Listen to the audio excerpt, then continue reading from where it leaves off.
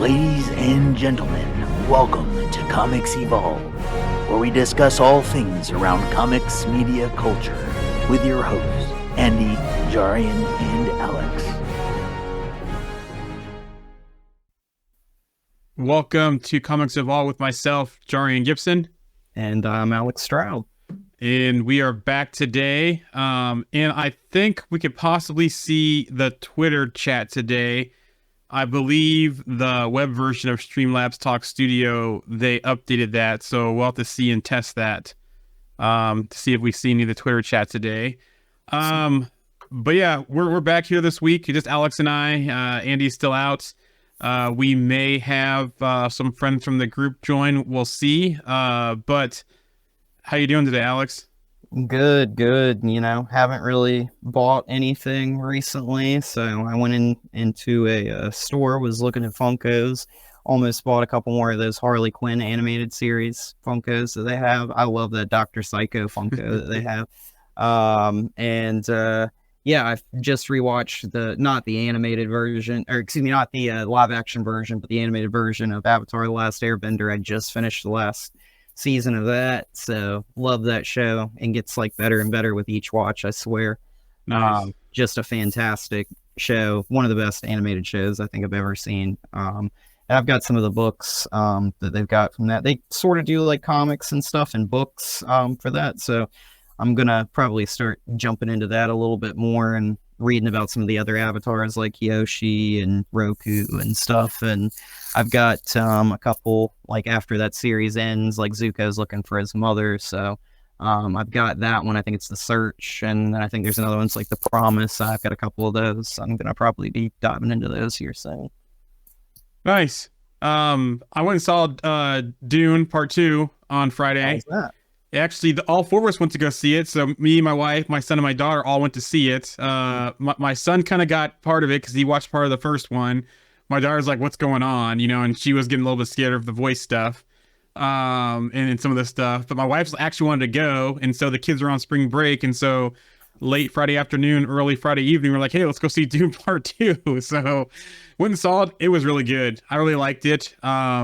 You know, I kind of think I did myself a disservice by not seeing the first one in the theaters, because watching the second one in the theaters was a really great experience. And it's like, man, I should have saw the first one in the theaters. But the way they did the story, everything was great. I loved it. I can't wait to see part 3, or where part 3 is. I guess it's going to be based on Dune Messiah.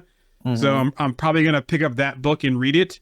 To kind of see, because I'm curious to see where it goes, because it seems like part 1 and part 2 of this movie is what the whole Kyle MacLachlan 1980s movie was in one movie. So this was 2 movies for that one book, I guess. But yeah, I loved it. But the funniest part though is still, I don't know how they picked Christopher Walken for the Emperor for this, you know, and then when he came rolling out and the way he's walking down, and I just kept hearing the voice in my head and waiting for him to start dancing or something. But yeah, it was really good. I really liked it. So yeah, I'm looking forward to it. I want to see it again, or wait till it comes out on stream, because I really liked it. To see what else I didn't pick up. And then today, so Planet Comic Con Kansas City was this weekend here. Okay. And so my son doesn't do well with crowds, so we didn't go all 3 days. But today was kids under 12 were free, or 12 and under were free today. So it was only the cost of me to get in. So him and I went today up there, and actually it was pretty good. I actually, Jimmy Cloud's with us. Hey, Jamie. I actually broke my non-buying Funko thing today. So one of the booths, so I'm a big Taskmaster fan, so I collect Taskmaster stuff, and we saw one of the Taskmasters from the Black Widow was there, and then another one.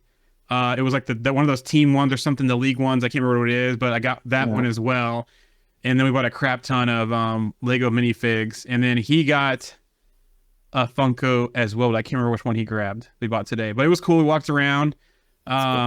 Chris Claremont was there in one of the booths, so we walked by and saw him. That's awesome. Yeah, he was pretty busy there, right, a lot of the X-Men stuff. I'm sure he's probably signing a lot of stuff, a lot of books and everything. Yeah, so his booth was busy. So we went by, we saw that one. went down to all the booths to where like all like the actors were and stuff, and those lines were crazy. But we walked through and saw them. Tara Strong, the voice of Miss Minutes, her booth was pretty busy. Dermot McLernay, who played the president in Secret Invasion, he was there. We saw, who else did we see? Adam Savage, Mythbusters. He was there as well. The actor who plays Palpatine, we saw his booth and people were waiting, but he wasn't in the booth yet. Jamie Kennedy was there with a pretty busy booth. Matthew Lillard was there. So I was hoping to see Keith David because he was here, but it didn't seem like he was here today. Neither was John Bernthal. At least when we walked by, weren't there. And I was sad to see that Vincent D'Onofrio had to back out because of scheduling. So, but yeah, it's my son's first Comic-Con, and he's excited to go next year. So we'll probably go all 3 days next year, and he wants to dress up. So yeah, I was happy. He was happy. We had a good time. It's so funny, like you mentioned Tara Strong, and I think she's like one of those voice actors that is just like one of the greatest ones ever. I mean, like she did like Ben 10, I think she was Timmy Turner and like Fairly Odd Parents. I mean, there's like a long list of characters. She was some Batman characters. I think she was Harley Quinn in like one movie, and then I think she may have been like Barbara Gordon or something at one point. So she is just like such a talent. Like she is so amazing. But yeah, that's awesome. It sounds like you guys had a great time. It sounds like it was fun. Really fun. Yeah, it was busy too, and we saw some pretty cool costumes. One of the best costumes I saw was a kid was in a walleye, like a homemade walleye thing, and he was actually in it. He was driving it. So it's like they made it out of wood, but then made it to where he could like almost like a drivable, a car type thing, and it was pretty cool. And then my son got scared because there was 2 guys walking around, one dressed as Wolverine, the other with the classic Sabretooth costume. Oh, and they were taking a picture, and he screamed, and he scared the crap out of my son. It was funny, but yeah, there were some pretty cool costumes there, and it was pretty cool to experience. So.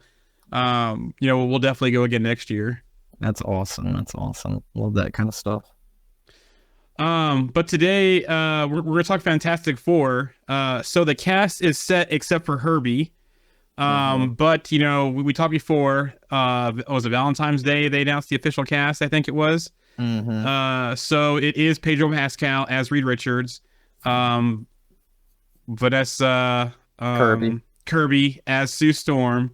Evan Moss Bachrach as the Thing / Ben Grimm, and what is the Joseph Quinn? Joseph Quinn as Johnny Storm. So the main cast is set, but it does sound like Herbie is going to play a big role, and it sounds like they want to cast a comedian for that role. And it'd be kind of interesting to see who they do it. I know that they talked about a male voice or just a comedian, but then later on I heard a female voice as for this. So I'm trying to think who it would be. I could think of the Caitlin Olsen, Sweet D from It's Always Sunny. No. That would be a good one. Yeah. That's a great pick. And what's funny is like for this I couldn't think of anybody either, but like I guess if they go with a male voice, I hate to say this because I would love to see them voice another character. But I always think Keith David is such a fantastic voice, and he plays like I think the president in Rick and Morty, and he's so funny. As he is an iconic voice, and he's a pretty funny guy. But he's got that deep voice. I'd love to see him like voice like a CGI Beta Ray Bill or something like that. Yeah, but, yeah. I mean, like I think he would kill that Herbie role too. Yeah, a couple other ones I think too. Hannibal Buress. I'm sorry, no. Kevin Stable. He played Hannibal Buress in Tag. He's been in a couple other movies. The other one would be little Ray Howery. He's been in a couple of films too. I think he's in that movie with John Cena, Vacation Friends. He was also the cop in Get Out. I could see them do it. I think Charlie Day, could do it. What'd be kind of cool though? I wonder what Bobcat Goldthwait's doing these days. Have him voice Herbie and then do the whole that roar thing he does when trying to compute something. That'd be kind of cool. But yeah, it'd be interesting to see who they do. I know I saw some tweets where Ricky Gervais put out some things, kind of mentioned that about comedians, and he thought about it. Yeah, I like so. That. I think they have a pretty cool opportunity here. I think even Anna Kendrick would be a good one as far as the female side of things as well. I don't know why, but for that, like, I just kind of want like an iconic voice. Like, I know this sounds weird, but like, I love Jeffrey Wright as the Watcher because like Yes. I think he's got a great voice. So I feel like you kind of need like somebody that's got that kind of voice about them for that. I don't know why. I'm just kind of like set on that. And I was thinking about it the other day. I was like, I don't think this will ever happen, but it would be so awesome and cool if somebody like Morgan Freeman voiced Yeah. Herbie. Like I think that would just be so just wow. I would enjoy that a lot. So Rogue One, the one droid they had, that voice would be a cool one too. mm-hmm. Mm-hmm. The main droid from Rogue One they had with them. Mm-hmm. Yeah, I'm trying to think other iconic voices. Because I'm kind of like thinking of this being kind of like how like Friday and Jarvis kind of were a thing, just one of those. Like I'm not really. Speaking of that, Paul Bettany was here too, but I didn't see him today. Oh wow, that's Paul Bettany's awesome. But yeah, I mean, just something kind of because like the thing about Jarvis was when Paul Bettany first voiced Jarvis, right? Like it was a great voice for that, and then once he became Vision, I mean, it was just the same. There was like no change, like like. So it's like I almost feel like with this, like it needs to be almost a little bit less mechanical and a little bit more AI. You know what I'm saying? Like, so speaking of that, Tara Strong. Yeah, Tara Strong, great. That's another great choice. And she can do a different voice or whatever. Like she's very talented. So, from the chat here, Jimmy Smith, David Attenborough. I gotta look that one up. Like, I'm trying to think. Is he the one from Curb Your Enthusiasm, or who's? I'm trying to think. No, let me look him up real quick. I can't picture who this person is. There's another actress that I also kind of like too. I think her name is. Okay, I know who he is now. Yep, he's a British person. Okay, that's kind of cool and kind of like that. But yeah, there's another actor I'd really like, and her name is Michelle Murphy. She voiced Toph in Avatar: The Last Airbender. Okay, and it's a very random pull, but I just watched that show like I mentioned earlier, so like love that character, and I think she's got a great voice. It would be one of those that I think would sound kind of like make me think of like Friday or something like that, so I think that would be like perfect. So Jimmy Smith's following up here from the chat saying that David Attenborough does all the nature documentaries. Okay, good one. Jimmy Cloud, let me see. You should post some fun costume pictures. We didn't take a lot of pictures today. The only pictures that we got was my son in front of the banner, and then he got one with me and one of the guys dressed up as Fight at Freddy's because he was too scared to take a picture, so I did it. But yeah, we didn't take a lot of pictures. We were just more walking around and checking things out. So next year I'll take a lot more pictures. Have you watched that movie, by the way? The Fight Night at Freddy's? Mm-hmm. Yeah, we saw it. My daughter's scared. She still won't watch any more of it. My son loves it though. I fell asleep watching it, but it was pretty good from what I saw. Like, I think I made it about halfway through. I made it right to where they started, like, the animatronics started coming alive and everything like that, and I fell asleep. So, yeah. It was, I kind of figured out early on what was going on. It was kind of obvious, but then I just kind of didn't say anything, and that's why my wife, and she's like, I figured that. She was a lot of times watching films, you're already, like, ahead in the movie, already thinking what's going to happen, so. Also, too, Jimmy's saying that his brother was the original doctor on Jurassic Park. For David Attenborough. Oh, nice. Okay. Yeah. So they have a lot of options they can pull from. It'd be interesting to see what they end up doing for it. Will they pull someone from the animated side? Now they have What If and X-Men, and some like the I Am Groot stuff. So I wonder if they can pull that. Maybe they can bring what's his name? Yeah, Vin Diesel back. I thought it would be so funny if they brought back Vin Diesel, because I just think of that meme every time of them being like, say the line, and he goes, "I am Groot," and it's like, here's $100 million or whatever, just like so funny. It'd be funny. All of a sudden they're all fighting, and all of a sudden Herbie goes, "Family." Family. I must save the first family. Yeah. But so now we're in our fourth Fantastic Four film officially, because we have that one from the 80s that you can find on YouTube. That never like made it to like the actual public. Yeah. We have the one with Ian Grufford, right? Yeah.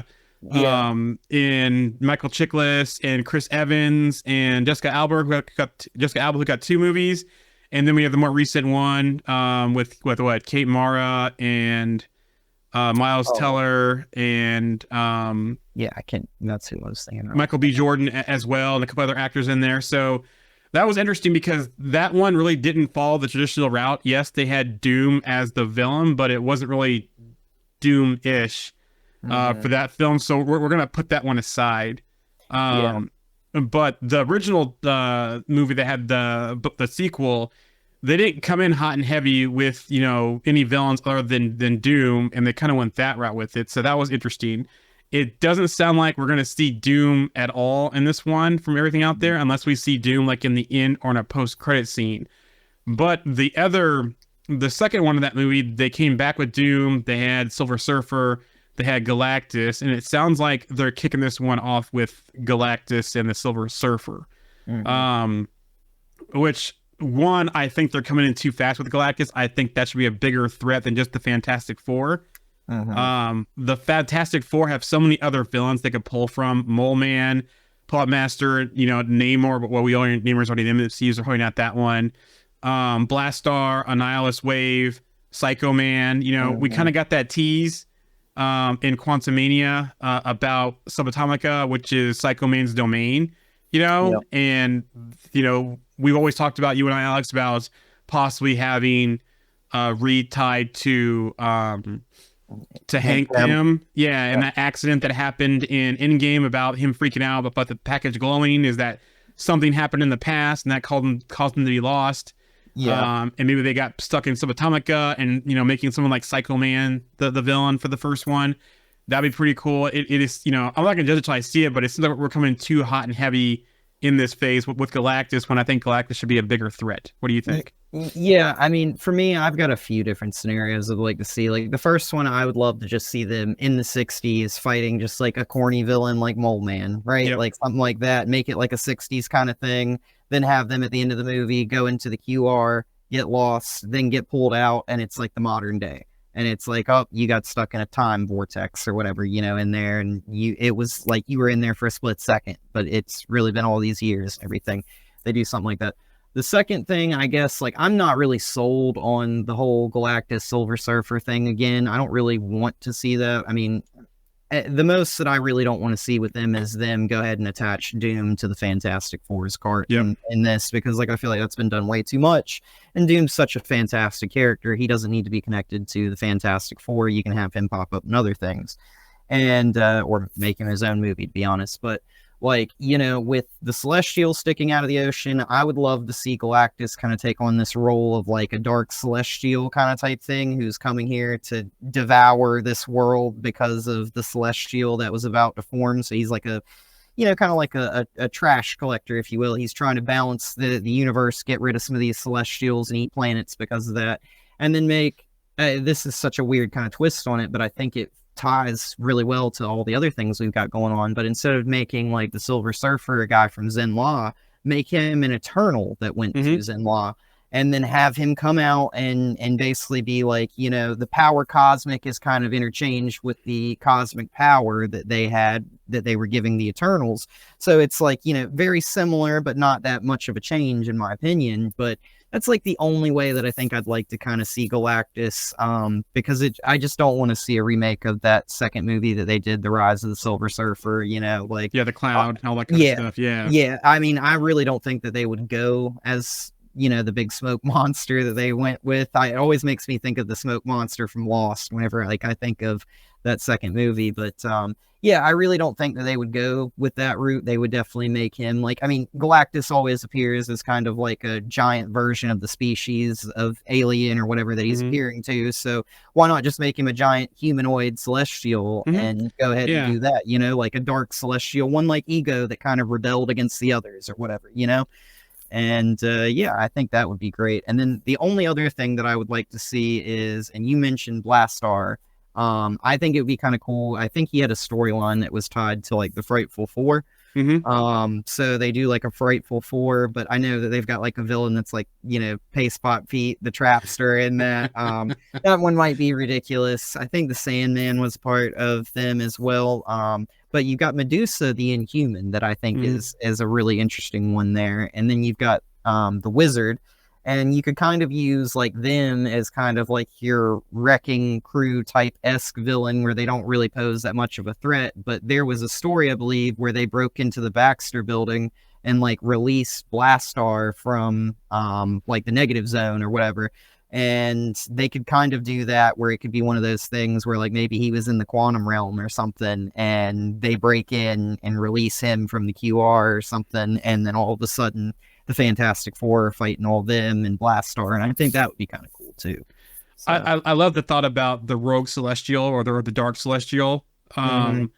Because you kind of already set the tone with Arisheim and the way he appeared in Eternals. I recently watched Eternals again, and that movie is so good. People hated on it, but that movie is so good, especially on a rewatch. But yeah, you kind of set the tone with how Arisheim showed up on Earth, and so I don't think you can do anything other than that. I think that's could be a disappointment if you kind of go back to a cloud or some other way to show Galactus. One thing I was hoping, because we know that Galactus has many heralds, and there was a thought out there that they were going to do a female herald, and there's been some out there. There was the one Nova, I can't remember her name, where she was a herald, and I was kind of hoping with the Marvels that Dar-Benn would not have been killed, and that she could have been a herald after what happened with that. Maybe lost out in space, out there, and he picks her up. But yeah, there was so much history in Fantastic Four. You introduced a lot of characters. This might even be a good time to bring back Inhumans, right?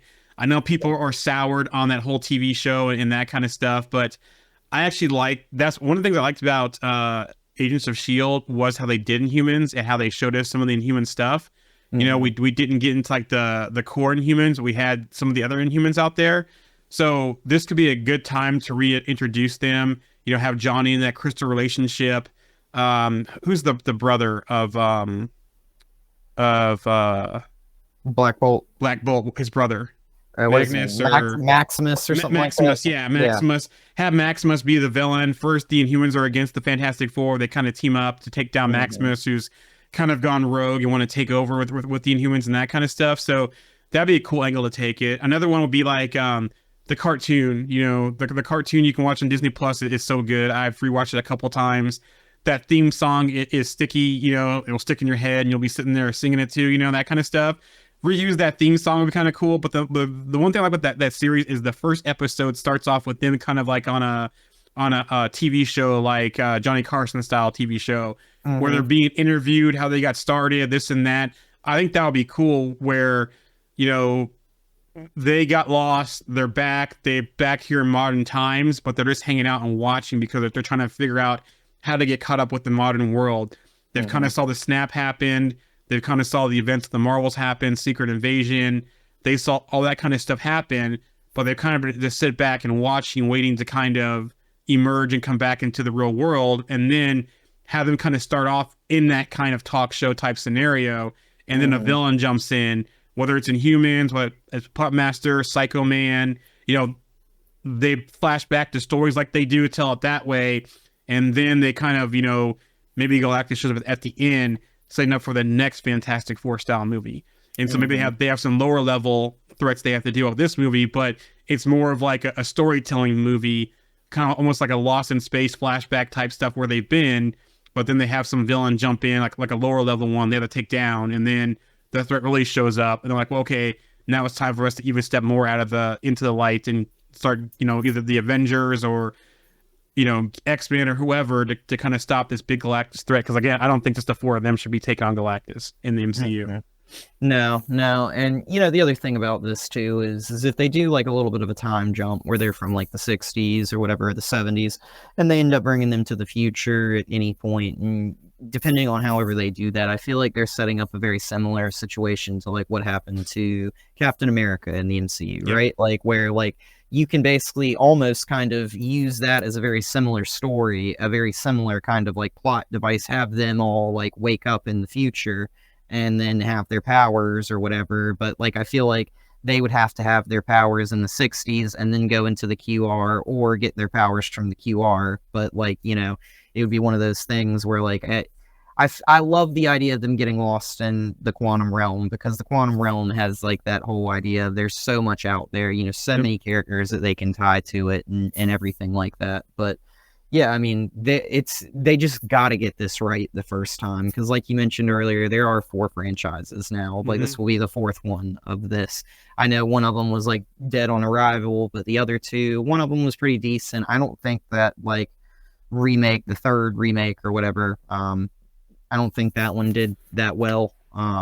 Even though it had Michael B. Jordan in it, the great Michael B. Jordan, it's one of those things where I think that film, I don't know, like with that being the most recent one, I just think it's one of those things. We've got to get this perfect. We got to get the plot. The cast is pretty solid. I'm not upset with it. I wouldn't have probably cast Pedro Pascal as Reed, but the rest of them I'm incredibly happy with. So it's like, I'm not upset. The Thing, I'm not really too torn on that casting, but I like the other two. I like Herbie and Quinn as the Storm siblings. So, And back to what our co-host Andy likes to say, you mentioned Doom and have his own story. Kind of do a Doom story from the perspective of Doom, right? We never get that perspective from the other side. We always see it from the alleged hero side. So do Doom that way, and then bring Doom in later to come against them. I don't want to see Doom as just like a one and done villain in a Fantastic Four movie. And I get that, like, I don't think that they would make him a one and done villain, but it's like Doom is such a great character. Like, he could pop up in a Doctor Strange movie and a Fantastic Four movie, and I don't really think anybody would question that, he's just one of those that, like, he's in a lot of different places, and he could pop up in a lot of different places, just kind of like how, and it's not the same, but I mean, it's kind of like Deadpool, right? Like, Deadpool can just appear in things and go away and disappear. Doom can be pulling the strings in this movie, causing this event to happen, and not really be on screen but the last 5 seconds of the movie or whatever. And then, he could be doing this and doing that in another franchise for the MCU. I mean, it's just, I feel like they've got a lot of options with Doom, and I don't want to see them just force it on the Fantastic Four just yet. Yeah. I almost feel like the Fantastic Four should wait and not be in this current multiverse saga. It almost feels like they need to start off with the Fantastic Four, whatever happens after Secret Wars, to kind of reboot the MCU or retool it, whatever they're calling it, and then start bringing people kind of in through that way, through the Fantastic Four, similar to the comics and the cartoons and that kind of stuff. It almost feels like it seems like, because they haven't had an Avengers movie, we haven't had any big team ups, is that they're kind of forcing this in this saga to kind of help move this along. But I'm still trying to figure out how they're going to fit within the multiverse saga. I feel like with the multiverse stuff, we're ultimately going to end up in this situation where, I know people want RDJ back just for Secret Wars. I don't think that's going to happen. I have this bad feeling that it's just going to be RDJ. It's going to be like, I'm too old. I don't really want to come back as Tony Stark. Like, I don't even want to come back as a variant of, another Tony Stark in the multiverse. So then they're going to end up having Reed Richards be kind of like the guy who figures it all out and kind of like helps them. He's going to be like the big brain behind everybody at the end of this. And that's where I feel like maybe, like, as an alternative to having like a Tony Stark, which Reed is definitely far more intelligent than Tony Stark, but just from what we've got so far in the MCU, he's going to be like a big brain type that's going to probably just pull everything together and figure out, like, how do we fix this situation where we're sitting at with, if they're all sitting in like Battle World or something, So I think that's going to be kind of where Reed's going to be. I mean, I'm not going to say that doesn't make him important, because, like, obviously that makes him like kind of like the guy who figures out how to straighten everything out. I just hope that it's one of those things where they do a really good job with that movie and don't rush that movie, because this is definitely one of the most important movies of the future of the MCU, in my opinion. So I almost like, too, that instead of giving us a villain, also what Andy said, our other co-host, who's hopefully back soon, said about the Maker story, have Reed be the villain for a while, and they get things together and they get out where they're at and they're back in the modern day. Awesome. A kind of a self-contained story there. And then, then they start making connections, whether it's with Wong or with Doctor Strange or, I'm trying to think who else, Banner, because right now it seems like the council of the lead of the Avengers right now, especially after Shang-Chi, it seems like, or maybe they're doing their own Illuminati in this main universe. It seems like it's Captain Marvel from the cosmic side, Wong from the mystical side, and then Banner kind of from, I wouldn't say street level, but more of the other piece of it. And they could expand that out. We saw in Multiverse of Madness where, they had Reed on that Illuminati there. They had the Ultron protocol figured out, the Iron Legion stuff that was there. That was probably, we never saw Superior Iron Man that was rumored. So, that's pretty much all Reed did that. So they could expand that out and have those characters and have their own Illuminati and kind of start that lead thing here in the main universe as well. It'd be so crazy if they had like the Maker, like that Reed variant as like the, you know, the villain of this movie, and then they end this movie very similar to how they ended Quantum Mania with like a council of Reeds getting together or something, like, you know, like that would be just like, whoa, like, you know, like, and then you have like them being like, yeah, the Maker was like formerly on this council, but then was removed, and then MCU 616 Reed Richards joins the council or whatever. That would just be cool, I think, you know, something like that. It'd be kind of a little bit of a twist and a little bit different, I think, but you know, it would be okay. The other thing too about this, so Matt Parker had that post in the group today about, you know, some of these threads we haven't seen closed yet in the MCU. And one thread they definitely could close is the Sonny Birch thread, right? We saw Sonny Birch and Ant-Man and the Wasp. He was a secret buyer for somebody. That person could have been Reed getting stuff, you know, because they're back and watching and they're trying to get the tech, and he understands, you know, if they taught him to PIM their Lost Subatomica, he may understand the early PIM tech because he worked with PIM and that kind of stuff. The other one too could be Doom, you know, looking for the tech, but I would hope if they do close that thread and come back to that Sonny Birch special buyer, that it's Reed Richards and he's trying to get some of that tech to kind of, maybe he foresees what's coming with the whole multiverse stuff and all that kind of thing, and he's getting the tech together to be able to help combat that and help out the other heroes type of thing.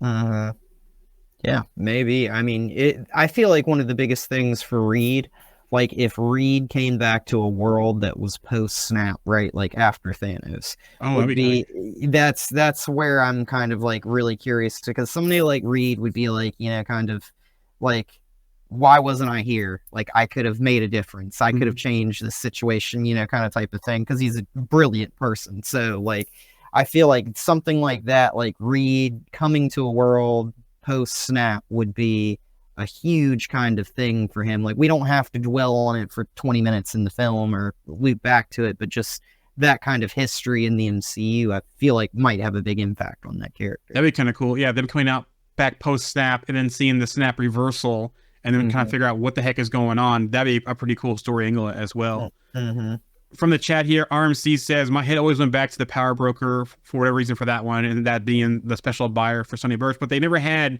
any kind of ties there. So that thread's still out there. Be interesting to see who that person is. Any other thoughts on Fantastic Four cast or storyline, or where you like to see the story go, how they fit into this current phase? My number one is still them fighting in the 60s against Mole Man, and I want Mole Man to be Jason Alexander, the guy who played George in Seinfeld. I think he would be so perfect as Mole Man. And him or Danny DeVito would be perfect for that role. Yep.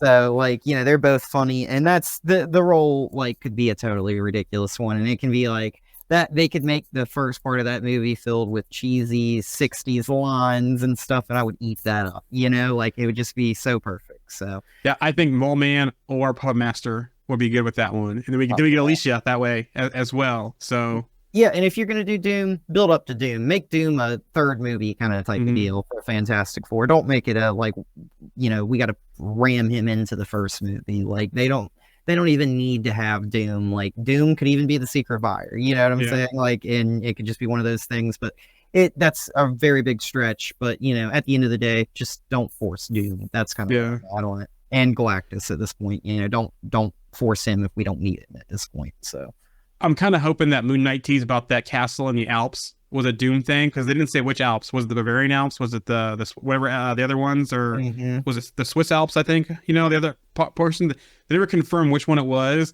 That'd be kind of cool tying that if we saw that was his castle that's sitting there chilling and sitting there the whole time that we went in from Moon Knight when he was out there doing things. So yeah. All right, so if we're done talking Fantastic Four, let's go ahead and move on to the news. Not as much news as last time, but we do have a good chunk of it. So the first one being, there is a rumored Star-Lord project out there. So the rumor is that a legendary Star-Lord project is in talks at Marvel Studios. Chris Pratt is set to reprise his role as Star-Lord. Marvel is currently looking for the right person to helm the project. So that's the rumor. That's going to be an interesting one, because we saw that he will return, and they said legendary Star-Lord. So you know, it'd be, like I said, it'd be good to see a buddy cop movie with him and Nova type of thing, you know, and then kind of see how his adjustment's been to Earth with his grandfather type of thing, as well. I don't think we need to get any other Guardians in there or kind of go back to that theme of things. You know, I think we need something more, a little bit different pivot for him. Yeah, I mean, you could totally just have him come to Earth and then realize, man, I really miss my life out there amongst the stars, you know, then like coming back here, like there's really nothing for me here anymore. Like I know what was his grandfather still alive or whatever when he came back. And maybe he passes away and that gets him set back off to another adventure. Yeah, like, you know, maybe there's nothing else there for him anymore and he spent some time with his grandfather, so he gets back on a ship and leaves Earth and doesn't come back for a while. Yeah, I mean, I find it really hard to believe that they're done with that character. I know that they kind of ended that third movie for the Guardians of the Galaxy with him kind of like finding some peace and kind of going back to Earth. But, you know, is every character's story really officially done with their third movie? I mean, I don't really think so. And I feel like, you know, he could definitely move on. Like they could put him in a show. He could pop up in other things. Like they need to do something with Quill. Cause like it's not that I hated the way that they ended that, but it just didn't really feel right for Quill in the end. Yeah, the proper closure. Yeah. Yeah. So, Spider-Man 4 news. Kevin Feige reportedly is spread too thin and cannot work on Spider-Man 4 fast enough to release it in 2025. But Sony still wants the film to release in 2025. Now, the one thing with that is that after what we saw with Madam Web, Sony needs to pump the brakes and, you know, let Marvel kind of take the reins on this, because Madam Web ended up being a hot mess. So, but yeah, so that's the one thing to watch. Also, too, Miles Morales news. Via Daniel RPK, Amy Pascal and Kevin Feige plan to introduce Miles Morales in Spider-Man 4. So this makes me want to think about... Oh, let me finish this real quick. The live-action Miles Morales film will take place in the MCU. So this makes me think that Beyond the Spider-Verse, you know, I wonder if he ends up in this universe as at the end of that. And that's how we get him in the MCU, and then they go forward from that way. That'd be kind of cool tying it for the Spider-Verse stuff. Because we also saw, you know, that real-life Prowler played by Donald Glover as well. So, and we know Donald Glover's character... Aaron was in Homecoming. We got a tease there, so maybe he did end up being a more, you know, Prowler type person. Maybe he found some of the tech that Doom left behind, or not Doom, the Goblin left behind in No Way Home, and he ends up becoming the Prowler and so forth. So, yeah, I mean, I think regardless that character Miles Morales should not appear in the MCU until that third Spider-Verse movie is over with. Yep. You know, not that there's anything wrong with it, just in my opinion, I don't want him in live action to overshadow that third movie, because I agree. Those movies have been fantastic. They are some of the best animated stuff, I think, for Marvel, which is crazy because they're made by Sony, but Sony's done a really good job with them. And, you know, the one thing they've done right. Yeah.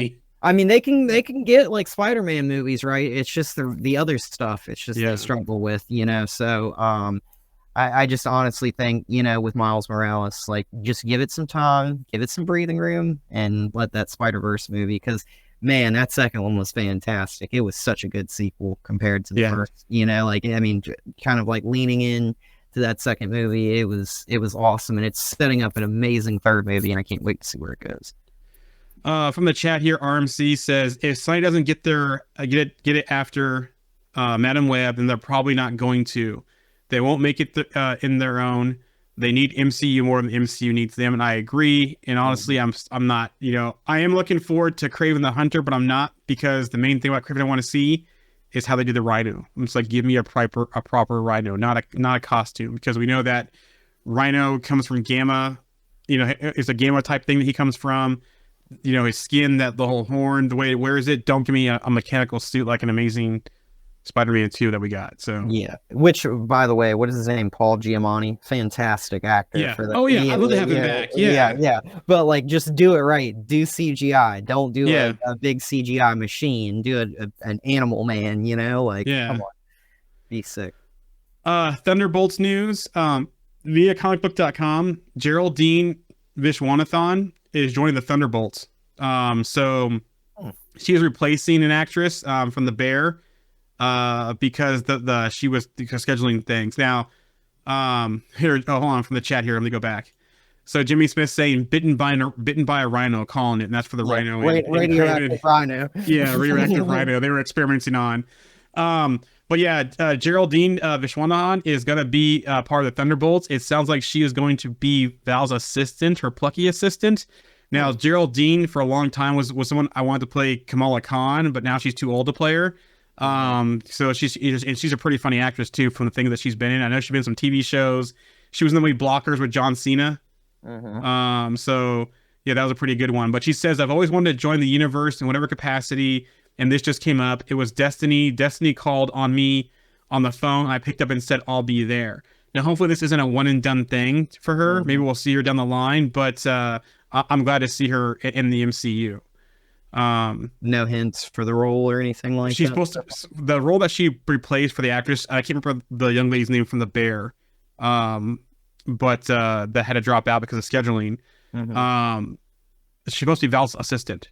It sounded like from what I saw out there. So okay, interesting. Via The Hollywood Reporter, Marvel also hired Joanna Callow, the showrunner of The Bear, to work on the script for Thunderbolts. The film began shooting in March in Atlanta. So interesting. Yeah. Captain America: Brave New World, via Daniel RPK. Reportedly, the movie will have adamantium in Tiamat Island as the main plot of the film. Tiamat Island will be called Celestial Island, which makes me think, how do they know this information, right? Because all the Eternals are gone, right? So 3 left in the ship, and then 3 got taken by Arisheim. Now, we do have Sprite that was left on Earth as a human, so I wonder if that is there, but there's also Kingo's valet, who also took video. So I wonder if he'll show up in this film, or they have his tapes. I wonder how they have all this intel on Tiamat and Celestial Island after the event of Eternals. For me, the only thing that I think they really need to do here is have Cersei accidentally create adamantium when she made, the Celestial basically go dormant and basically like change his material, if you will, change what he is into adamantium and create it as like a new byproduct of that movie. And I think it would make Eternals like incredibly more important. And then it would kind of like take the shift and focus off of vibranium and kind of point it to like, hey, maybe we've got an alternative over here. Now the world's going to go fight over adamantium now instead of vibranium, because Wakanda's got vibranium and they're not going to give it to us. So maybe we can get something else that's going to be comparable. We can use it in other similar ways. And it's not the same material, but nations won't know that. Nations will find alternative uses and yada, yada, yada. So, and we know Val from Wakanda Forever, she wanted her hands on that vibranium, and the way she was talking to Ross about it as well. So Everett Ross. So this would be the next best thing. Also, too, I wonder if them experimenting on this and getting this and trying to create other serum from this is what's going to lead to Bob Reynolds turning into Sentry. Because think about it. Because think about the Tide of Celestials, all the stuff they know. This could definitely bring in the Void and bring in Sentry through this experimentation on Celestial Island. And see, I feel like this might be one of those situations where, like, let's pretend Val sends the Thunderbolts in, and you've got, like, all these people that are super soldiers and people that are, like, tactically trained to, like, fight, and, like, probably some of the best fighters in the world, like Yelena, like, she was a former Black Widow. You've got Taskmaster, who was, like, a former Black Widow. Yeah, whatever. But, but I mean, like, and then you've got, those are kind of like characters that were great fighters, but then you've got like a character like Ghost, where Ghost was just like kind of, she's got powers, but she's kind of like chewed up and spit out, kind of with her powers. They're trying to figure out how to fix her issue and everything. But then you've got like all these super soldiers, and you've got this situation where it's like, number one, they're going to send in some of the best people in the world to go and fight somebody like Bob Reynolds. I think is like a test run. Is kind of like what happens if 3 super soldiers fight this guy that's like the most powerful super soldier? Can they overtake him? And one that can fly. and one that can fly. And like you've kind of got like this situation that presents itself where you've ultimately got I think Red Guardian's gonna die. I think you might lose maybe a couple more of these characters in this movie. U.S. agent. Yeah, U.S. agent. I hope we don't lose him, but like I see him just being like horrified when Bob Reynolds runs through the group of them. And I honestly think like you could have like a moment where say like Bucky gets killed saving like Yelena or whatever, and then we have this really interesting moment where it's like Black Widow and Steve Rogers, like, that kind of like relationship that forms where they were close, where like Bucky and Yelena get close and then he dies saving Yelena, and Yelena somehow being like one of the only survivors out of this would be like a very crazy thing. But like, I don't get how this movie ends like with them defeating Bob Reynolds unless it's some crazy way, because they're outmatched. I almost feel like, because there's been a lot of chatter out there that Bucky doesn't have a big role in this film. So I almost feel like that Bucky could be, and we saw Bucky in a great place after the Winter Falcon, the Winter Soldier, right? Mm-hmm. He was in a great place after that. I almost feel like Val goes to Bucky, and it's almost like when Xavier and Eric went to go see Logan in First Class, and it kind of tells them to, go, what the rest of that means. Basically tells them to get out of here. I'm not helping you. I almost wonder if Val goes to Bucky and Bucky's in the same sort of situation, like, no, I'm not helping you. And that's what we see of Bucky, because a lot of the chatter out there is that Bucky's not going to have a major role in this film. I mean, he either dies right away, like, like Steven Seagal in that one movie, was the Air Force One movie, I think, or that one plane hijacking movie where Steven Seagal was like there and dies like right at the beginning. That's either going to happen to Bucky like that, like a mission by himself, which forms the rest of them together maybe, or he's going to tell Val she can go somewhere else, right? And I just foresee this one moment in the movie where like you've got Bucky, I'm pretty sure his arm's vibranium now, right? Like he takes his vibranium arm and Bob Reynolds just grabs it and just rips it off and crushes it and tosses it. And it's just like one of those moments where Bucky's like, oh God, like, and that would be one of those moments where it's like, if Cap were here with his shield, he would just catch Cap's shield and walk into a ball and toss it.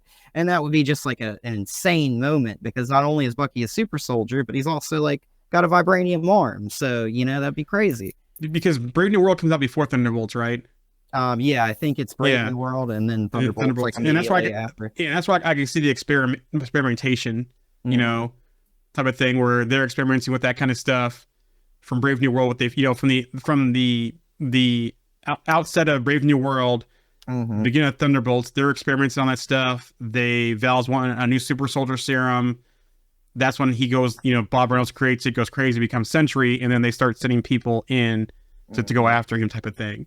And that could very well be one of those things where they take the gamma radiation mixed with like the super soldier serum, like they did Blonsky as Abomination, but they do that to President Ross, and then like they're like, oh, we kind of like this, but we would really prefer to do it a different way, and then make a new version of the super soldier serum, have just one of them, and then make that, and that's like their alternative to doing it that way, and making this super powerful version based on maybe Red Hulk and Blonsky and all this kind of stuff that doesn't have radiation from Celestial Island mixed in there as a thing. So yeah. So I'm interested to see how much from the end of Brave New World bleeds into Thunderbolts, and if they're tied in that way at all. So I feel like they have to have some sort of tie, like moving forward. It'd be really kind of like a disservice if they don't, but who knows? We'll see. Venom 3 adds the Changeling, Letterkenny star Clark Bacco to the film. The character details are being kept under wraps via Variety. So interesting. Shang-Chi, via comicbook.com, Destin Daniel Cretton will direct the sequel to Shang-Chi, speculated to be titled Shang-Chi and the Wreckage of Time. Simu Liu had this to say: Destin is such a special filmmaker, and we're happy to have him on the sequel. So, yep, that train's getting on the tracks there. Morbius, for all you guys who care, it was Morbin time on Disney Plus as of March 1st. So, thanks RMC. We'll catch you later. He's heading out. Duty calls. The Kang Dynasty, according to the Hollywood Reporter, will be titled. We all knew that was coming. So the Kang Dynasty will begin a new title to remove the character's name Those sources say that even before Major's conviction, the studio was making moves to minimize the character after Quantumania underperformed. Now, I don't know why they would change the pivot after Quantumania. I know people are kind of, some people don't like that he was defeated by ants, and I keep saying the whole time that maybe this is some trickery, some sleight of hand, to kind of think for them to think the Conqueror was defeated, and the whole thing was Scott being paranoid, and them coming out in a different reality, or some kind of reality like jail that King has them in, that they think they're in. They could have gone that route, but yeah, it'd be interesting to see what they're gonna do and what the title's gonna be, and will it still have any kind of Kang type of connection? I think the most interesting thing with Kang the Conqueror too was the way he, and I'm going to put this in air quotes, died in that movie was very similar to what happened to Janet, where Janet gets sucked into the quantum realm because she goes too small. It's like he gets sucked in and just basically disappears. He could basically become like, like just energy itself, and be like the Beyonder. Or he could very well just like kind of just make his reappearance, and he doesn't even have to be Kang the Conqueror, but I mean, he could just kind of indirectly reference it, like, I was once that being, and now it, like, kind of like a Dr. Manhattan kind of type thing, where like he just kind of appears one day and it's like, I've pulled myself back together now, and he gets out of the QR and destroys everything, destroys the multiverse, and it would be crazy. Could come back out as a nihilist and cause an annihilist wave. Yeah. With all the energy and power. Yeah. That'd be really cool. So it's really interesting. I'm curious to see what they do with that Kang Dynasty movie too, because like it seems like a lot of that was already written. So I know we were talking about some recasts and stuff, but very big character, Kang the Conqueror, and you don't want to see, Kang or his variants kind of just get thrown to the side. So. Exactly. Fantastic Four news, via the Hollywood Reporter, Marvel hired Eric Pearson to polish the script for Fantastic Four, which will shoot this summer in London. Pearson is a company stalwart who worked on Thor Ragnarok and Black Widow and has a reputation for taking projects over the finish line. Also, too, Javier Bardem reportedly has the offer to play Galactus via Daniel RPK. Excuse me. Via Kimmel Tonight, Evan Moss Bachrach reveals he was cast as Ben Grimm the Thing last summer, and Marvel Studios will utilize motion capture instead of practical effects for the character, which I am fine with that. Motion capture, that's great. I know that when they did it with Michael Chiklis, they used practical effects, and he said that suit was not comfortable at all. And some of the stuff they did. That suit looked great. He looked great. Yeah. Evan Moss Bachrach also drops the name Yancey Street when he said that. So that's interesting. I wonder if we're going to go back to having that, because that's some stuff as part of his background. Pedro Pascal said he's beyond excited to star in the Fantastic Four via Entertainment Tonight, to be invited to the family that is unbelievable, and we all just want to do our best and share it with the world. Via Variety, Kevin Feige wants their current Fantastic Four team to survive Secret Wars and go on to become vocal characters alongside the mutants all throughout Phase 7. So, and it seems like I said, that's why I kind of felt they should come after this phase and kick off the new, whatever the new MCU is going to be. But as long as they're surviving and coming through Secret Wars, I guess that's a good strategy too as well. Some Blade news. This is one of the films I'm most excited for, but it keeps like getting pushed around and this kind of stuff. So it's unlikely to release in 2025 with 4 movies on the schedule, and Iger's mandate to slow down production via the Hollywood Reporter. So it sounds like Blade might get pushed to 2026, because right now we do have 4 films in 2025. So yeah, I mean, like, I think for me at this point on Blade, like, I love Blade, but like, I've made this joke before, but I feel like Ollie is going to be like able to collect Social Security by the time we even get through like a franchise for Blade. Like, I don't even know if we're going to get 3 movies for Blade at this point, because it's like, it seems like we're struggling to even get 1. So it's like, it's been years since he announced on stage, when he put on that hat and everything, that he was going to be Blade with, I think it was Kevin Feige and everything. But yeah, I'm so just like, can we just get this movie please already? I think everybody's that way. So it's like Marvel kind of got over their skis with that one, it seemed like, with everything going on. But we could see Blade possibly before his movie again. there's a Midnight Suns project possibly in the works. So via Daniel RPK, the idea for Midnight Suns film to reportedly feature characters that weren't part of the Avengers. So Doctor Strange likely won't be a member, but we could have members that are already out there. So Wong, because we know he's still, he could be a member. He's the new Sorcerer Supreme, and he could take Doctor Strange's place. Blade could be a member. There's chatter of Ghost Rider coming into the MCU soon. Moon Knight's already out there. Jack Russell's already out there. Elsa Bloodstone's already out there. Man Thing's already out there. And they could pull Agatha over to be in the Midnight Suns as well. They could pull over Punisher, because Punisher was a member, if I remember correctly. Maybe we'll get Jennifer Kale sometime show up. I wonder if we'll get Topaz, or even if they do the Ghost Rider that was the Sorcerer Supreme. Kushala maybe pop up. Maybe possibly I wonder if they could bring Echo over to the team. Or they could bring the new character they introduced in What If. What's her name? Oh, Kahori. Yeah, Kahori, maybe. So they have a lot of ways they could go. Also, it should be interesting to see from Agatha's new show if they pull anyone else from that. Yeah. Well. I almost feel like if they do include Ghost Rider, which I feel like they have to, right? Like, I feel like we just have to have some project with him before, and I don't want to see it after that, because, like, I feel like, you know, we need to flush each one of those characters out, and a lot of those characters have been flushed out, but, like, we still have not gotten that Blade movie, so it's like, you know, it'd be great to see him in Midnight Suns, but that would be crazy if we somehow end up delaying that Blade movie way down the line, and then we get like a Midnight Suns movie before we ever get the Blade movie that he was originally supposed to be in. I mean, could Black Knight maybe be? Yeah, I was saying the same thing. Yeah. Yeah, you know, maybe in there too. Maybe that was like one of those things where, you know, when Blade appeared in the Eternals movie and told him, you know, like, are you sure you're ready to use that? Yep. You know, like maybe that could be like him recruiting him to the Midnight Suns. So. Another thing too about that, also to Matt Parker's post, he did mention the Dane Whitman post-credit scene in the Eternals. Now, I've always maintained this. In the comics, there were two versions of the Ebony Blade. There was the Ebony Blade itself, and there was a clone of the Ebony Blade made from Vampire Fang. That Vampire Fang one was used to control the Black Knight.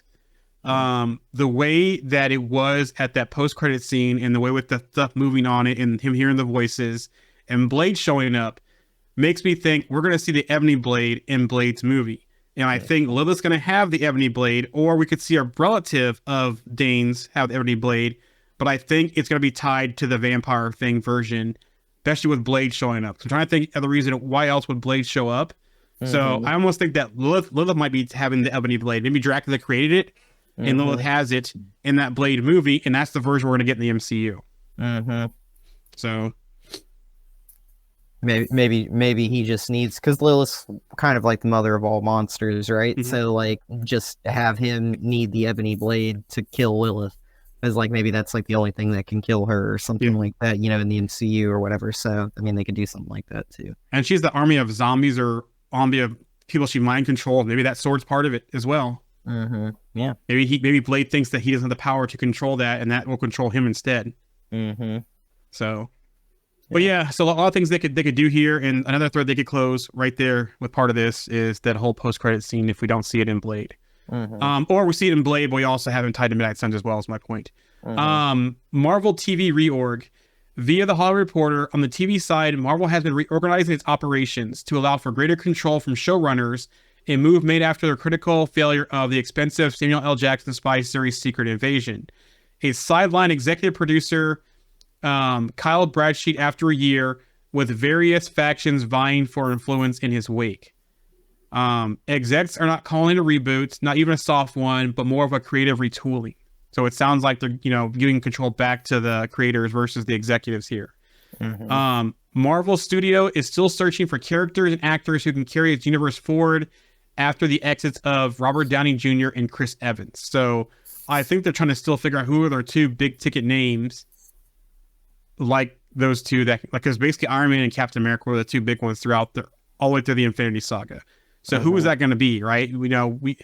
I figured, you know, before the passing of Chadwick Boseman, I thought T'Challa was going to be one of them to carry that forward. I kind of thought that it could have been him and Brie Larson to kind of carry the torch forward of the MCU. But, you know, with the whole backlash of fans against her and with his passing, you know, it's going to be interesting to see who does that and who's going to be that big lead. You know, can Anthony Mackie carry it as his Captain America role? You know, maybe do like a Reed Richards and Anthony Mackie as like Captain America and Reed or something. Yeah. And I think with like the kind of like failure at the box office that the Marvels kind of ended up being, it's kind of like one of those things where they'll probably start leaning less on Captain Marvel and maybe towards something else, you know? You know what's funny about that though? It's been like one of the most popular movies on Disney Plus though. Yeah. Which really bothers me because it's a great film and people just didn't want to see it because of the female leads and a lot about Brie Larson, but it's like now that it's on Disney Plus, it's like everyone's watching it now though. It's like it's one of the most popular things on Disney Plus right now. I just think it's one of those things too where it's like, you know, with streaming being what it is now and you can just go and see the movie on streaming 2 months after it comes out. Nobody was like rushing to go see that movie in theaters like it was an Avengers movie, right? Like people like Avengers Endgame, like streaming wasn't really a thing then, but like, you know, that movie made billions of dollars and I just find it really hard to believe in the age of streaming. Like a lot of people I know, like they're just like, okay, like I can just wait a couple months after it comes out in theaters to see it on streaming. Like I already pay for Disney Plus. I don't want to pay for the movie tickets when I already pay for Disney Plus, so I can just keep paying my monthly subscription and see it for free, basically. I still think Marvel made a misstep marketing that movie. It should have been called Captain Marvel: The Marvels. Well, they should have followed the same name they did with Captain America because all of Captain America's movies, Captain America: The First Avenger, Captain America: The Winter Soldier, Captain America: Civil War. We should have had Captain Marvel, The Marvels. You know, for the first movie, Captain Marvel, then Captain Marvel: The Marvels, and then the third movie should be Captain Marvel: Civil War 2. I agree with that. Or Captain Marvel: Civil War even, and they can make a play here where we get Rogue introduced, we get Destiny, we get Mystique introduced, and for some reason, it, you know, between Rogue doing something to Captain Marvel to not kill her but disable her and take her powers to where Rogue can get her flying powers, and with, you know, kind of Mystique and Destiny involved in there, that because they're mutants, then Kamala gets pulled in the middle because she's a mutant also. And then what we saw at the end of the post credits with Monica seeing that her mom is a mutant in the dimension, that caused a whole big civil war. So then you got Captain Marvel, Kamala Khan and Monica Rambeau stuck in the middle. And then you have Captain Marvel with all the Avengers types left on one side. And then you got the mutants on the other side. And at first it's a movie contained to just the 6 of them type of thing, right? Where they're fighting it out. But at the end, that starts bringing the whole Avengers versus X-Men thing for the whole next big movie after that. I think that's the way they should have gone with that. And that's the way they should have marketed that. And they shouldn't not just called it The Marvels. It should have been called Captain Marvel: The Marvels. Yeah, and I think for that third movie, just kind of like an alternative kind of like spin on what you're saying, I think if they did like a Civil War II type of thing, you know, that story, I think the character's name was Ulysses, the one that could like see the future or whatever, and it ended up setting up like a big kind of like disagreement between Carol Danvers and Tony Stark. You switch Tony Stark out for Rhodey. You have like Rhodey kind of take like the government role, her kind of take like, you know, the alternative role. You put Kamala in the middle. We know Kamala time traveled in the show.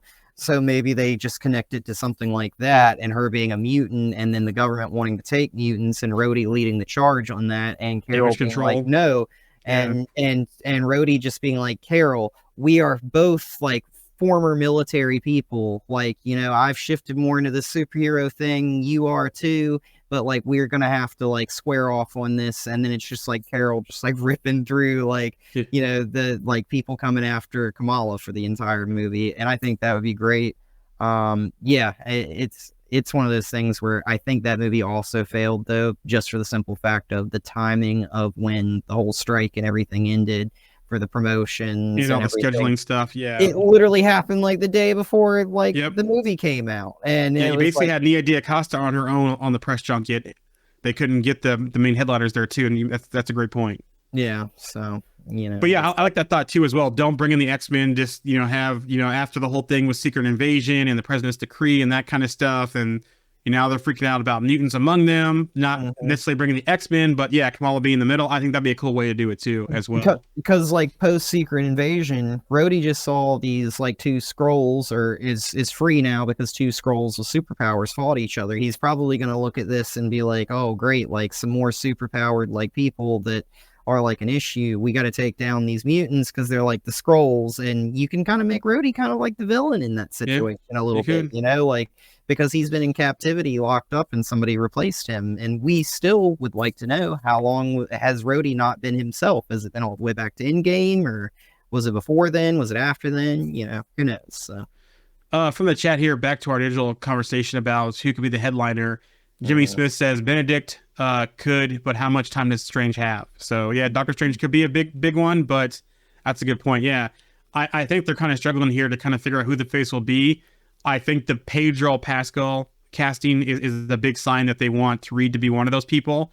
I just don't know who the next one will be. The next person is going to be alongside him. So, Marvel Zombies, Blade will reportedly have a major role. So that's the animated cartoon. Blade will reportedly be the Fist of Khonshu as well. So it's not like he's going to be a Moon Knight in this series also. So interesting. Because remember last time we talked, I said there's going to be a Moon Knight, but it's not going to be Mark Spector. It's going to be a different Moon Knight. So there you go. Yeah.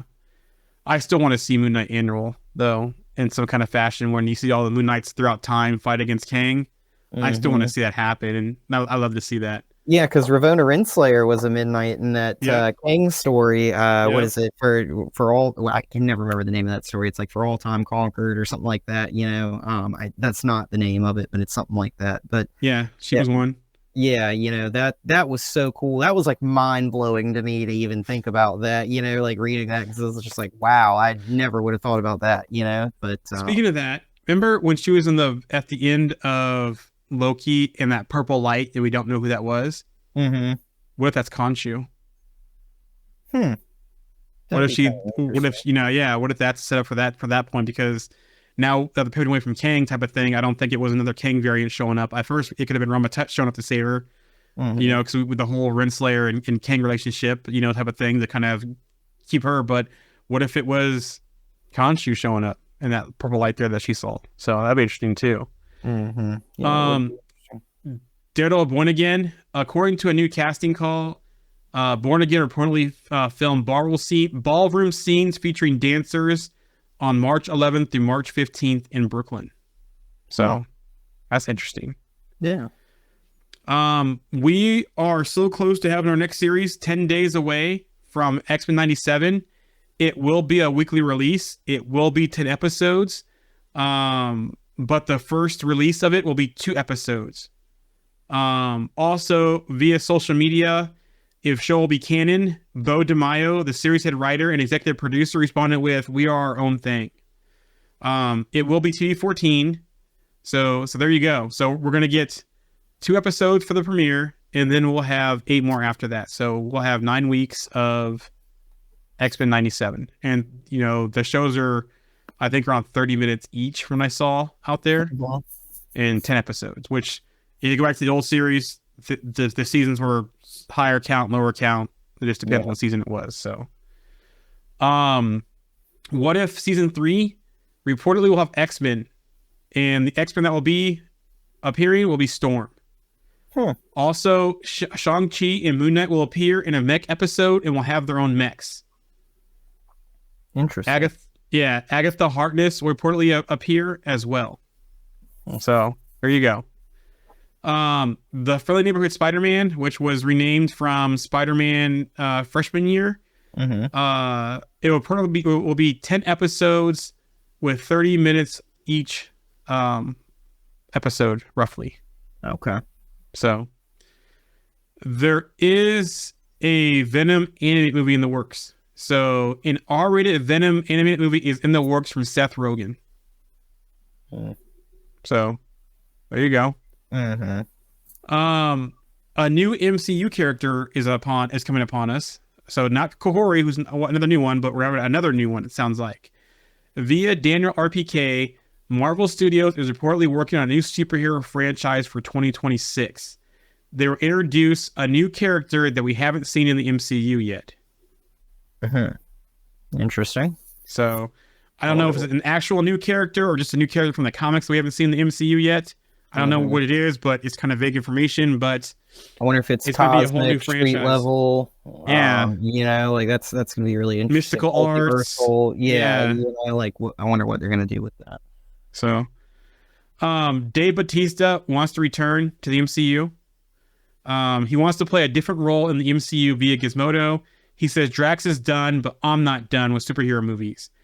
I would like the opportunity to do a bigger role, a different role, maybe a deeper role, like an ominous villain. No, yeah. I saw him talking about like some time back that he wanted to play Bane, I think it was, in the DC movies. Yeah, I think I remember that too as well. And now that you've got James Gunn over there with the DC stuff, maybe he could play Bane, you know, with that. But like I've also heard people make the argument that he's too old to play that, and I get that. But I mean, he's like such like a big person. Like physically, he did the role of Drax pretty well. He could play like a Herald or something like that. That'd be kind of cool with Galactus. Yeah, I mean something like that. Just I don't know what I would cast it as, to be honest. Like other than Drax. I just think about Noel. Mm-hmm. You know, that'd be a cool one. I'm trying to think what else he could be. I don't know. The thing is with Null though, is that going to be in Sony's hands, or is that going to be in the MCU's hands with Disney? So yeah, that's a good one.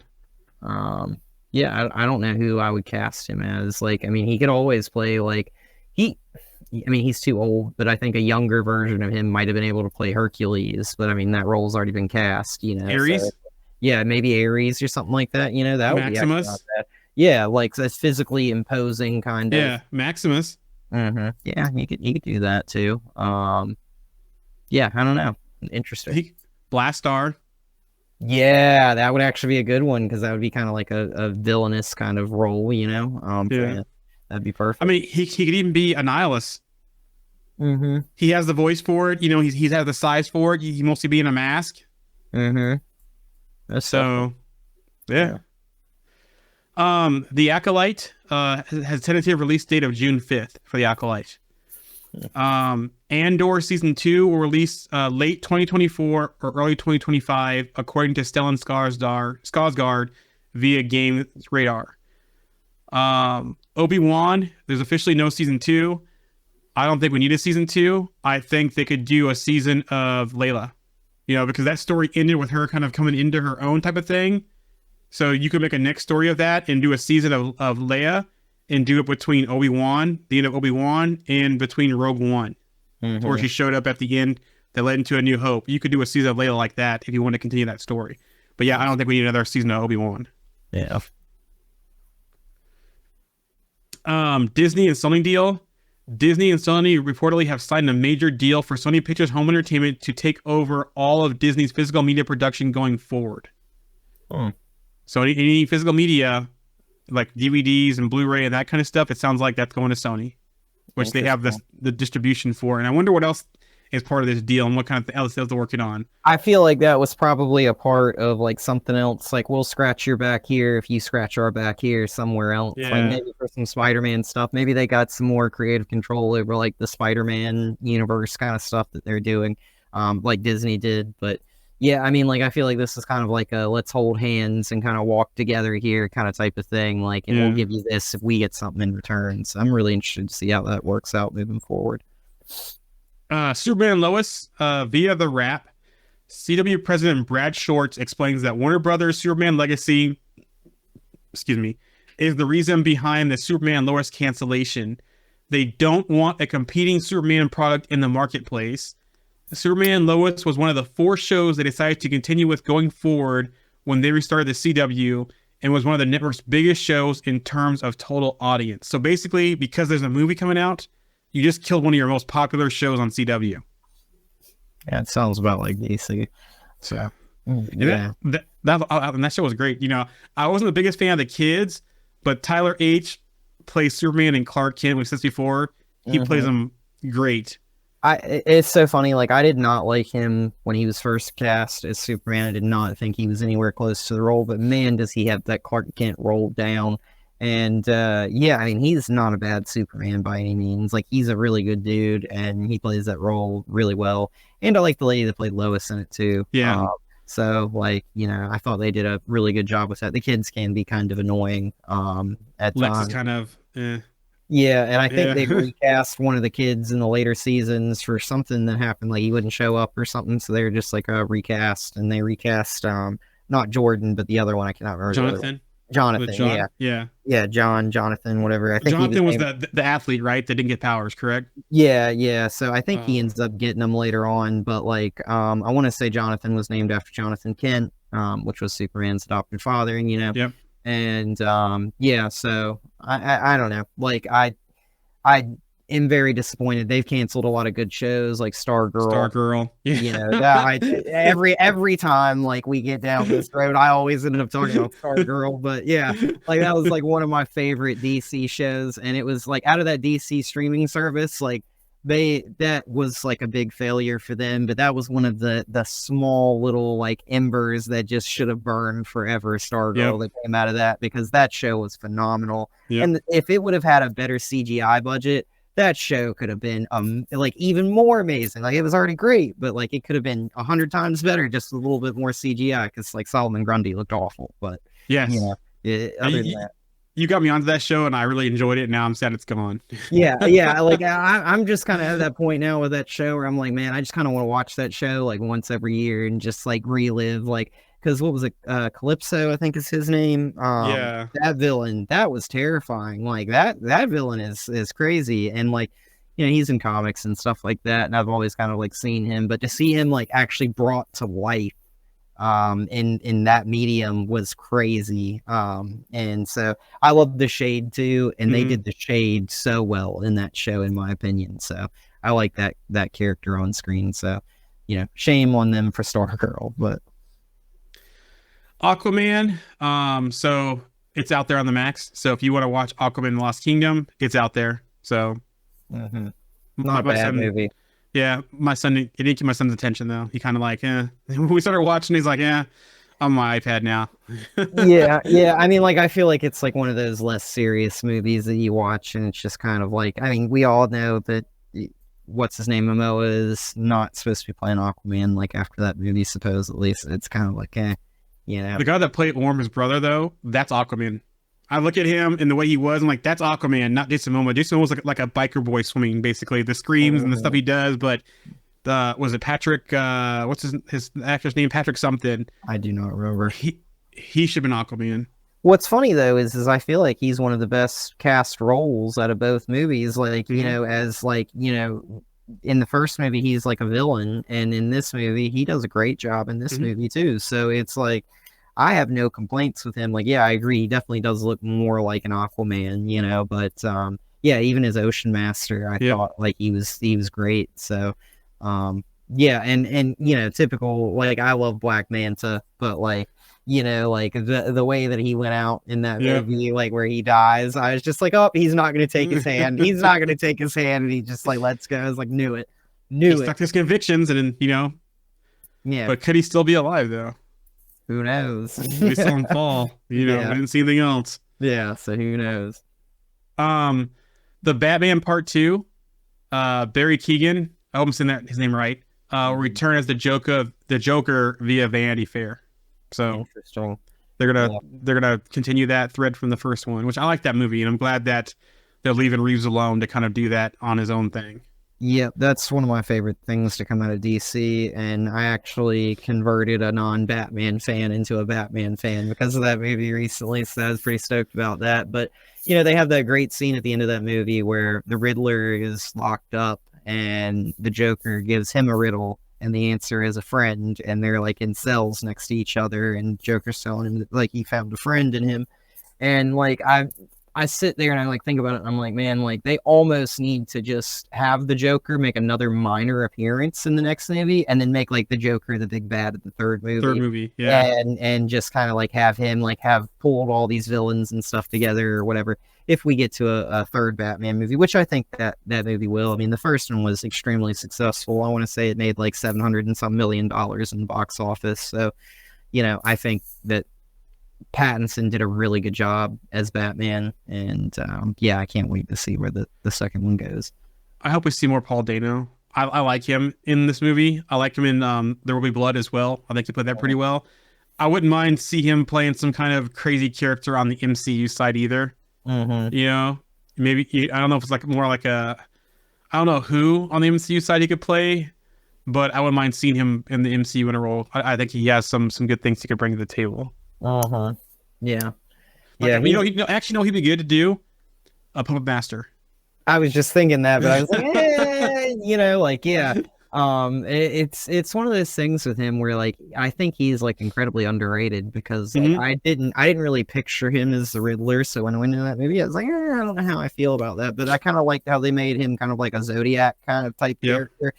And yeah, I mean, like I thought he did a great job with the role. He was very convincing, and you know, like there's definitely some stuff that they kind of leave in the air at the end of that movie that makes you think that he can come back in a future Batman movie. And you know, like I love the idea that they originally had in that Batman movie where they were going to have him go to the Joker and ask his opinion on how to deal with a madman like the Riddler. And like, so that guy does a really good job playing like a crazy villain. So, you know, like he could probably get away with playing a few other roles, to be honest. I'm just not exactly sure what I would cast him as. Jurassic League, an untitled animated film based on the Jurassic League, is in the works at DC Studios with Warner Brothers Animation. Brian Lynch is writing the script. Interesting.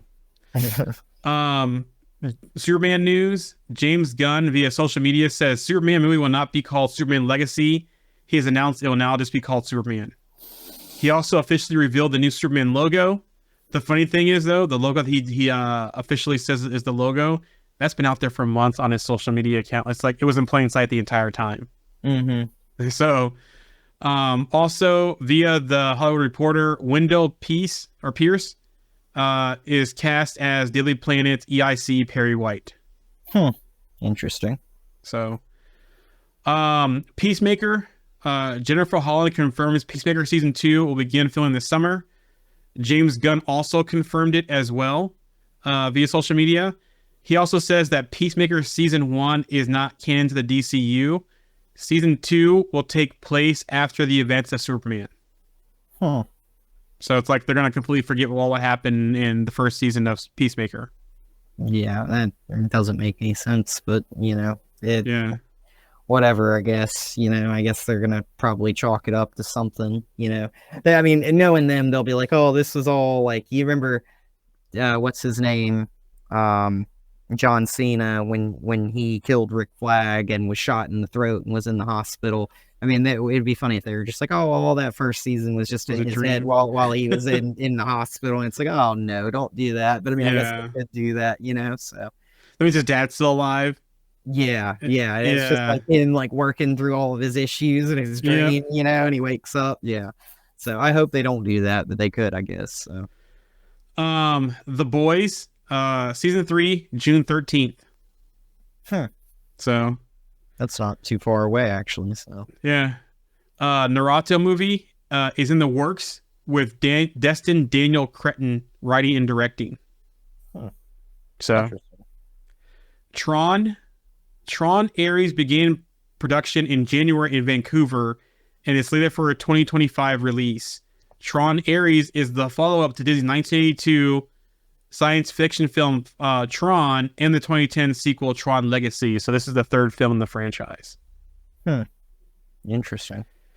And the last bit of news is that Joshua Jackson has joined the cast of Karate Kid. So, which is weird because that film is still set to be done at the end of this year. So yeah, it's gonna be interesting to see how that film comes out because you're basically having Daniel teaming up with Mr. Han, a new Karate Kid, and Joshua Jackson is joining the cast. I wonder if Joshua Jackson is like the new what's his name from the Cobra Kai leader. I wonder if he's that new type of person for this film. Mm-hmm. That'd be interesting. Yeah.